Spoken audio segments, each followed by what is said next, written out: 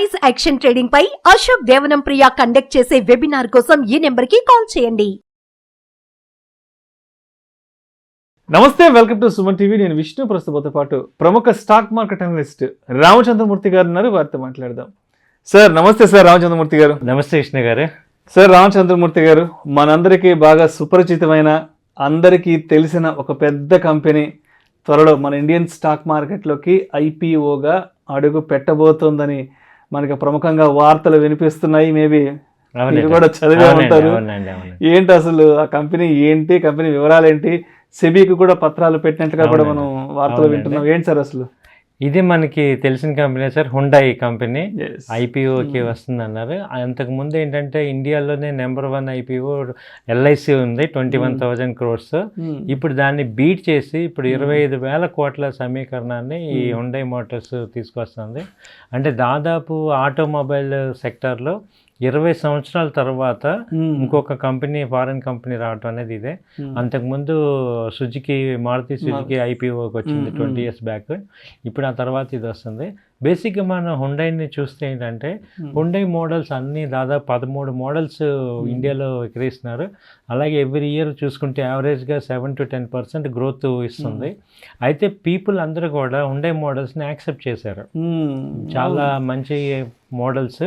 అలాగే అవి already proved ఏంటంటే అవి ఒక క్లాస్గా కానీ, స్టైలిష్ లుక్ కానీ, తర్వాత మారుతికి ఈక్వల్గా కాంపిటీషన్ కూడా తీసుకురావటం కానీ, ఒక స్టైలిష్ బిజినెస్ క్లాస్ అంతా కూడా ఎక్కువ మంది ఈ హుండైని యాక్సెప్ట్ చేస్తున్నారు.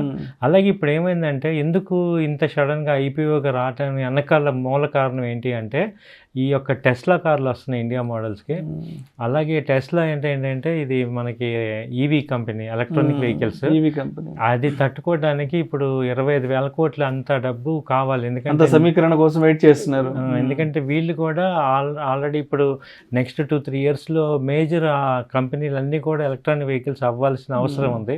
అది గుర్తించి ఏం చేసిందంటే ఇప్పుడు ఈ యొక్క ప్లాంట్స్ని పెట్టుకోవాలి, న్యూ ప్లాంట్స్ని తీసుకురావడానికి మేజర్ రీజన్. ఎందుకంటే టెస్లా ఇటు ఇండియాలోకి రావటం అనేది జరుగుతుంది కాబట్టి 1-2 yearsలో దానికి తగ్గట్టుగా ఇది తట్టుకోవాలి, దానికోసం అని ఇంత మూలధనాన్ని సేకరిస్తున్నారు 25,000 కోట్లు. ఎందుకంటే ఈవీ ప్లాంట్లు పెట్టాలి, ప్లస్ ఈ న్యూ మోడల్స్ అన్నీ కూడా ఈవీ కింద కన్వర్ట్ చేయాలి, ఎలక్ట్రిక్ వెహికల్స్ కింద కన్వర్ట్ చేయాలి. ఆల్రెడీ ఒక మోడల్ ఉంది ఇది హుండైది, అది కూడా హైయెస్ట్ కాస్ట్ 25 lakhs అలా ఉంది.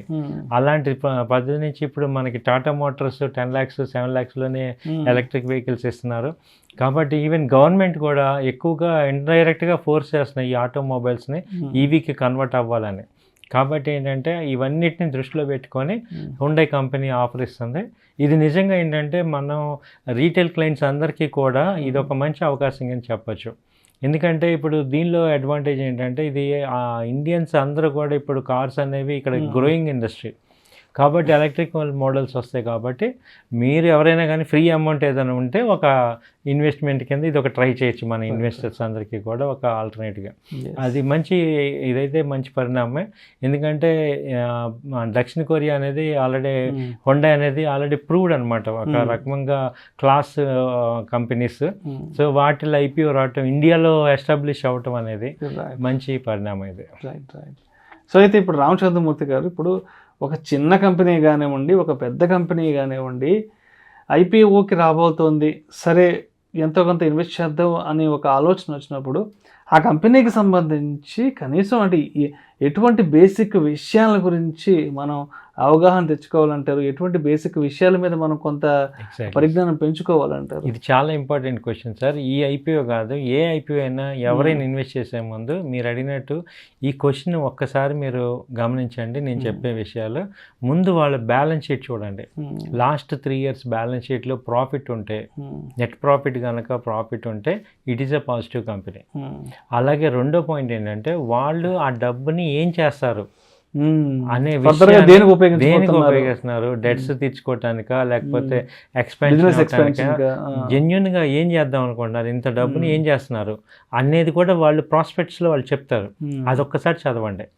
ఈ 2 చదివి మీకు ఓకే ఈ డబ్బు ఇవ్వటం వల్ల వాళ్ళు గ్రో అవుతారు అనుకుంటే మీరు మనం ఇన్వెస్ట్ చేయొచ్చు. లేకపోతే చాలా మంది ఏంటంటే డెట్స్ ని తగ్గించుకోవడానికి, వాళ్ళ అప్పులు తీర్చుకోవడానికి ఎక్కువ మంది చేపెట్టి వాళ్ళ డెట్స్ తీర్చుకోవటం కానీ, లేకపోతే ఇవన్నీ ఎక్కువ ఇలాగే ఉంటాయి, బ్యాడ్ డెట్స్ రైట్ ఆఫ్ చేసుకోవటం కానీ, అలాగే ప్రొడక్ట్స్ ని హై కాస్ట్ లో కొన్నదాన్ని అడ్జస్ట్మెంట్ చేసుకోవటం కానీ, ఇవన్నీ మీకు బ్యాలెన్స్ షీట్ లో మనకు కనపడుతుంటాయి sir. Profit loss statement, balance sheet చూసుకుంటే ఆ కంపెనీ యొక్క ఏంటనేది తెలుస్తూ ఉంటుంది. అలాగే రివ్యూస్ కూడా చదవండి, ఇంటర్నేషనల్ రివ్యూస్ కానీ స్టాండర్డ్ రివ్యూస్ ఉంటాయి, వాటి మీద ఏంటనేది. సో ఇవి చదవటం ద్వారా మీకు ఒక ఎడ్యుకేషన్ అనేది వస్తుంది.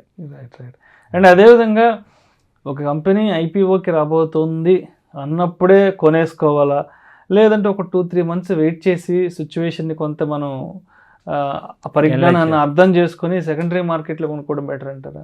దీనికి ఆన్సర్ ఏంటంటే సార్, ఇప్పుడు హుండై ఇలాంటి కంపెనీలు అనుకోండి, ఆల్రెడీ ప్రూవ్డ్, లాస్ట్ 20 years నుంచి they proved market leaders mobile ఇది ఆటోమొబైల్ సెక్టర్ లో. వీటికి అసలు ఆలోచించాల్సిన అవసరం లేదు. ఐపీఓలో మీకు అలాట్ అయిందంటే మీ అదృష్టం అన్నట్టు. జస్ట్ లైక్ డీమార్ట్ ఒకటి ఎలా వచ్చిందో ఇవి ప్రూవ్డ్ అనమాట. ఇప్పుడు కొత్త కంపెనీలు కనుక వచ్చేటప్పుడు, స్టార్ట్అప్స్ ఇలాంటివి వచ్చినప్పుడు మీరు హడావిడి ఏమి లేదు.